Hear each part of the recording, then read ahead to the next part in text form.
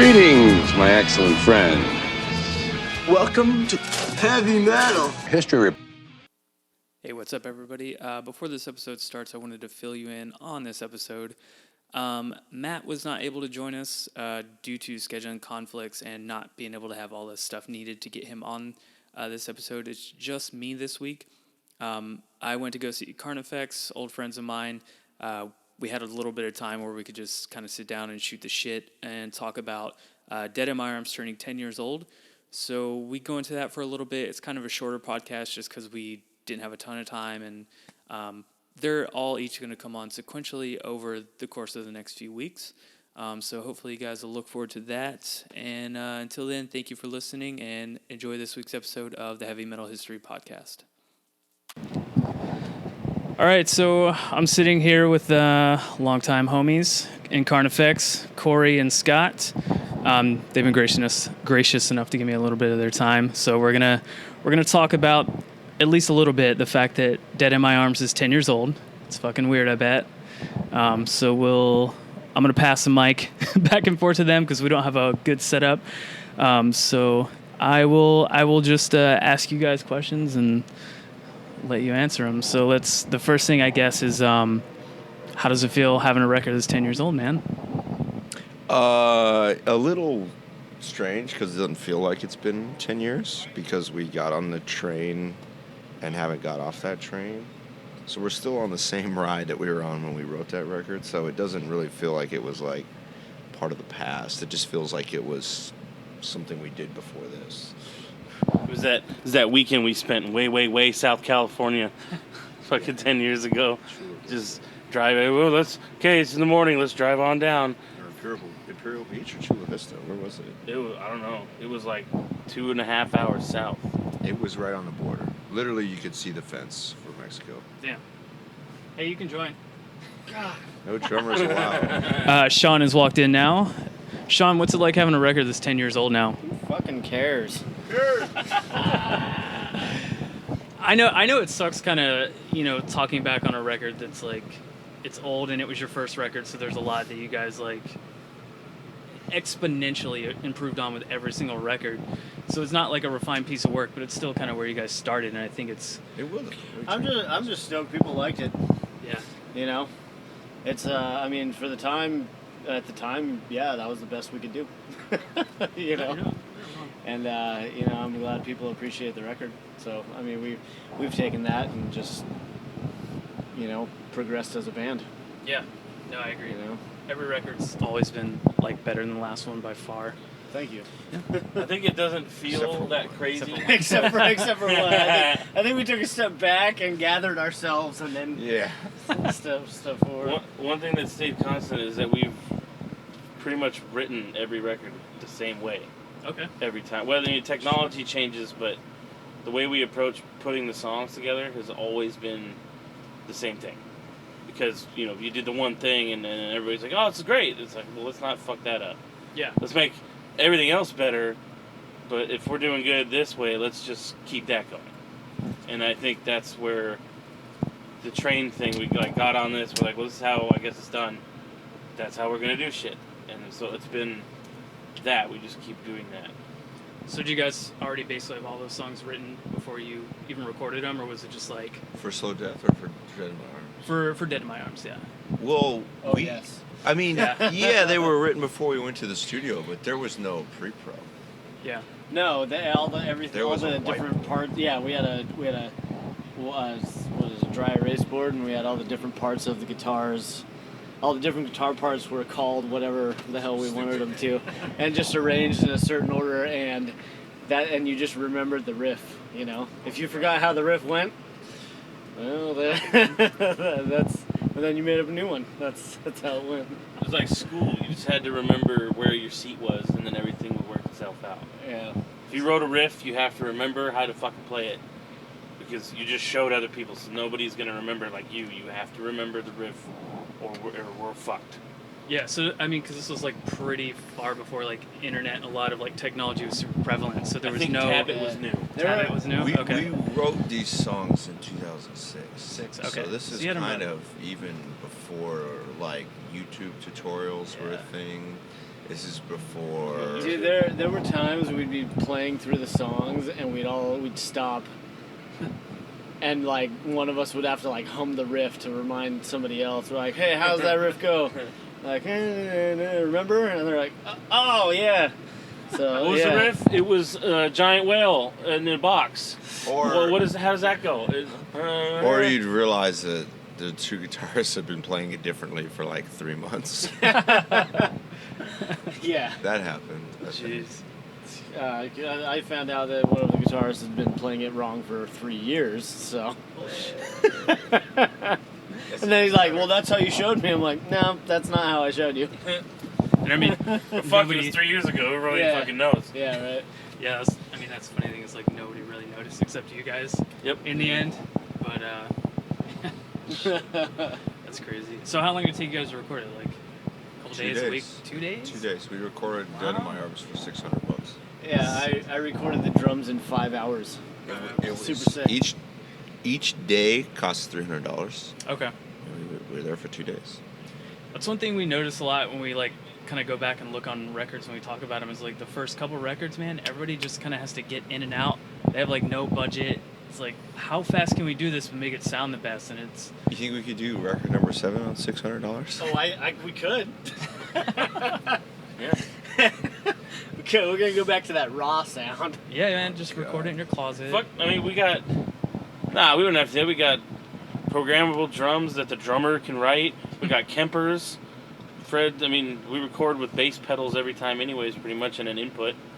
Like, we could do the record for nothing and it would sound better than the first record, just based on the technology The alone. record just sounds pretty heavy, though. It's so heavy. Because the guy mastered it hella loud, that's why. Yeah. Yeah. Would you guys re-record it if you could? No. Maybe add stuff to them? No? I would. Yeah. People are still trying to sound like that record. That is true, man. Every now and then I hear a band and there's like a little riff that you can tell like, oh, I know what they were listening to during this. It's rare, but I mean, you know. That's the weirdest part about having a record that's 10 years old, is that when we were like all barely like, yeah, I think I can play this fucking music, and then you track it, and then people now are starting bands that are younger than we were, trying to sound like that record, when we basically, in terms of what we know now, we didn't know shit then. And people are like, oh, I want to sound like that, and then it's like, that's crazy. Yeah. That's fucking crazy, because They think it's a throwback. we did that shit in 2 days with my guitar was a piece of garbage, and then I had to retrack it with someone else's guitar that was sick, but not set up the way I play, so it was super weird. And then like tracking some bass that I did, and like just being like, oh, I think this sounds cool, and then the weird like how we've all progressed, and then people are still trying to sound like that record. That's crazy. That's played crazy. bass on that record too? Yeah, because Stevie couldn't finger it, and then so we just turned the treble down till it sounded like his fingers, and then I just pick it. Huh. Because it was probably just a riff that I wrote, and he was like, I was not comfortable, or the fingering was weird, and it's like, let's just, okay, here, done, there. Now we're done, let's move on and be done with it. It was only like 3 or 4 riffs or something, but it was all stuff I wrote because it was different than everything else that had been written. I think it might have been more, man. I feel like Sean played some bass, too. I remember singing bass in your head. Maybe. Probably showing No, him. I didn't Maybe play Sean bass somewhere on the there. record. I was probably definitely showing him. But I mean, how to you've play written riffs. guitar stuff over time, right? I know there was times where You've like... written a riff or two, I've haven't you? written a couple riffs. He's written a shitload of riffs. Couple 2 or 3. Haven't you written a riff or two? I seem to recall. Maybe it was just the one riff. Yeah, it was just the one record. Maybe it's just the one discography. I can't remember now. Yeah, I write a lot. So Yeah, because I know there were a few I like times to where I was play. staying with you, you'd just be on the guitar, like, writing stuff, and you're like, oh, that's cool, maybe we'll use that. yeah, like the first record was me. Before really Corey was in the band, the first record was just me, Scott and I in our apartment, him adding people on MySpace on the computer, listening to me play guitar, going, that riff's cool. No. Yeah, I think That riff's that's cool. that's something that you Not a lot guys has kind of got on the wave changed. of too, man. Not a lot has changed. Yeah, right. That riff's cool. I mean, like, MySpace and social media was like kind of just taking off around that time too, and I mean that had to have been extremely beneficial for you guys, kind of getting where you are now a little bit too. It's crucial. It Yeah. definitely was. It we used MySpace to sell 5-song demos. And yeah, but yeah, Scott booked our first tour with MySpace. Like, it was a huge tool, because like before social media, what the hell did you even do? How the hell did you even tour? I had a collection of phone numbers for like other dudes in bands that book shows, because I booked shows prior to Carnifex, and I had booked shows for other bands I was in. Yeah. So you just had like rando phone numbers of other dudes in bands, and you just like, hey man, can you still get that one room? Oh no, dude, I don't do shows anymore, but there's this guy Todd over at the he does shows now. Oh, okay, what's his number? That was how you book shows. More about networking than anything. Yeah, but it was like, yeah, but like networking the hard way. Yeah. Like actually having to be like, Having to talk to like people. you get to this guy and it's like, oh, well, who does? And he's like, well, I think this guy does. And then you get that guy's number, and that guy doesn't, but he knows the guy that actually does. And so you get that guy's number, you know what I mean? And Yeah. that's what it was. You know what else too though is I could be wrong about this, but I know like the first time, like when I met you guys in like 2008, didn't you guys just get a GPS to start like figuring out? Holy shit! Yeah, because before that, what did you guys have to do, like MapQuest? We and printed that out was- on MapQuest, or we did a Ram McNally. I had an almanac. Yeah. Oh yeah, we dude. routed our stuff. It's kind of nice because you guys just got like on where it was like starting to get a little bit easier for bands to kind of tour and be on the road. 'Cause Yeah. I can imagine how much harder it was before. But it was still hard to get that shit. Didn't 'cause it was seem all- hard. Yeah. No, it didn't. The touring Well, it now was- is way hard. Seems way hard. Well, then it was like, if you're not at home, you have to use a real map. Yeah. So we already know how to use maps. We got it, and it wasn't that hard to just go to a gas station and ask somebody, or you just go to a Pizza Hut. Where's this place? We used to go into towns and be like, let's go to the Guitar Center and ask if they know where the venue is. Oh yeah. I remember we did that in El Paso once. We went to the Guitar Center, and would you just buy this? Holy. Yeah. So I can go ahead and say it on here. I have like a couple of the other records, and I want you guys to sign them because I'm gonna frame them and put my tour passes along with the records. Oh, that's cool. Yeah. Just because I have them all up now on a corkboard, but I want to take them off the corkboard and frame them. Oh, gotcha. And I knew this was over in the store. Wait, so where was that? There's a record store down the street. Oh, wow. So I've seen it Oh, like yeah. every time I've been here, and I was like, oh, I just got to get this because I don't want to give Victory the money. That's a good price for vinyl. I know. But I guess Victory still got their money, so fuck them. What, did they? Maybe. They got our money. ADTR won that lawsuit. Ooh. Oh, yeah, a few mil, huh? Yeah, I'll give ADTR got our money. ADTR my money. I don't care. I'll give my portion. If they make They him- remember if they took make our money him- from him. Yeah. If they make him go away, that'd be great. Shit, what was I going to say? Well, I mean, beyond that record, I think it's kind of a testament to the fact that, like, here you guys are 10 years later, and just from like a personal standpoint, not really like a friendship standpoint, I think it's amazing how far you guys have come, and the fact that you're still here. You're outlasting a lot of other bands that came out around that time, and not only that, I think you guys sound fucking way better than half the bands that are out still for like the genre and stuff. Like, no, man, listen. A lot of the bands are getting stale, or they sound the same as they did when they first came out, and you guys aren't like that. Like, I'm being like 100% serious about this. Like, you guys do not sound the same now as you did in Dead in My Arms, and most of the records show that, progression, and it's fucking awesome because We not changed without changing. yeah, not many bands do that Still the at same all. band, but we sound better, different, but still, the core of what everything this band has ever been, I guess, is still there. Yeah, no, entirely. But for what it's worth, that's how I feel about where you guys are at now compared to 10 years ago. I mean, Well, would you guys really want to still sound like Dead in My Arms? No. No. No. Yeah. No, not because, like, that was a bad time or anything. It's Yeah. just, like, nobody here has a formal music education. It's just us becoming better songwriters Yeah, you guys aren't toasting. in real time through the... We're not a lot of people. through our discography. You know what I mean? It's like you see it on every record. Look at it from Dead in My Arms to Hell Chose Me. Mm-hmm. There's better songwriting. Look at it from Hell Chose Me to Die Without Hope. There's better songwriting. Yep. And you just do something long enough, you get better at it. Simple as that, you know? I mean, I can't disagree with that. Yeah. I mean, if you keep trying to get better, then yeah. Well, and if you have like a real passion for it. Yeah. Like, that's another thing. Like, I think another thing that's always made me laugh is like these metal bands and these guys that are like, I don't even listen to metal. And it's like, I listen to metal all the fucking time. Yeah, like still. the guys in Mastodon, they're pretty like anti-metal. These past few records, they're just like, oh, we don't even listen to that shit anymore. And I mean, it kind of shows on the records. They're not very metal anymore. Yeah, or dudes that just tour who hate touring and hate being in a band. You know, why are you even here? Yeah. That's how you get stale records. Yeah. Yeah, that kind of makes me wonder too, like, with not the new Darkest Hour record, but the one they put out before that, where they were still in Victory. I mean, I don't know for sure, but to me, it always felt like that was kind of their like not give a fuck, like we just have to get out of Victory. Which album? The one, it was like a black cover, and it had like the kind of pentagramish thing on it. That was not Victory. Oh, wasn't it? Sumerian. Oh, Or that was E1. it was a weird record. It may have been But- E1. Yeah.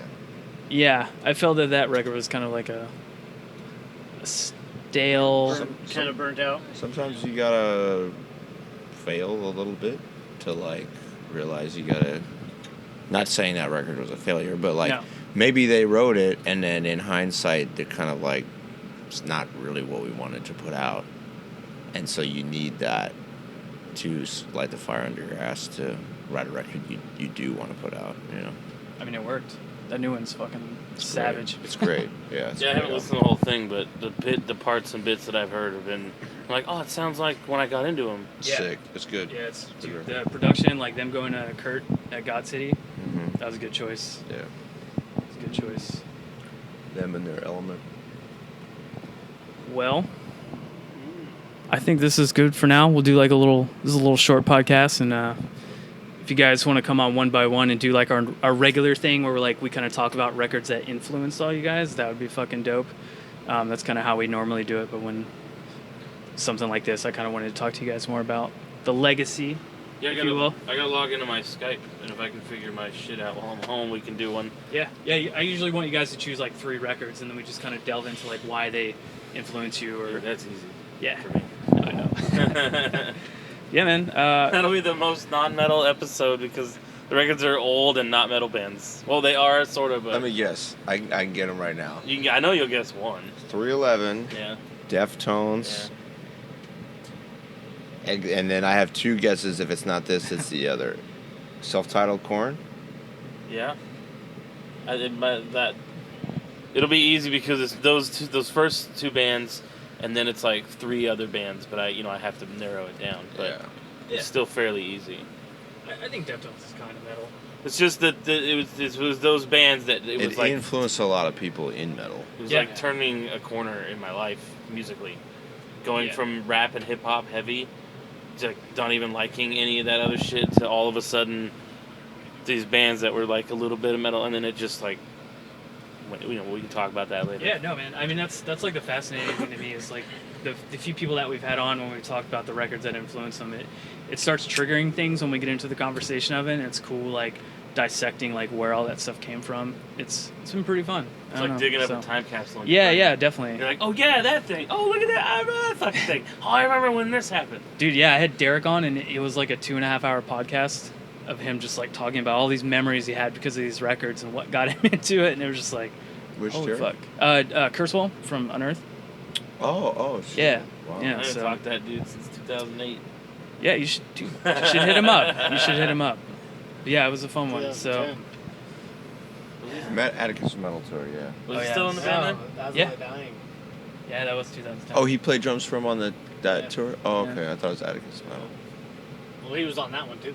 Right, okay. I got you, yeah. Cool, guys. I'll wrap this up. We'll do a little short one, and thank you all for doing this. Yeah, And of course, man. I'll talk to you guys. Yeah. Party on, dude!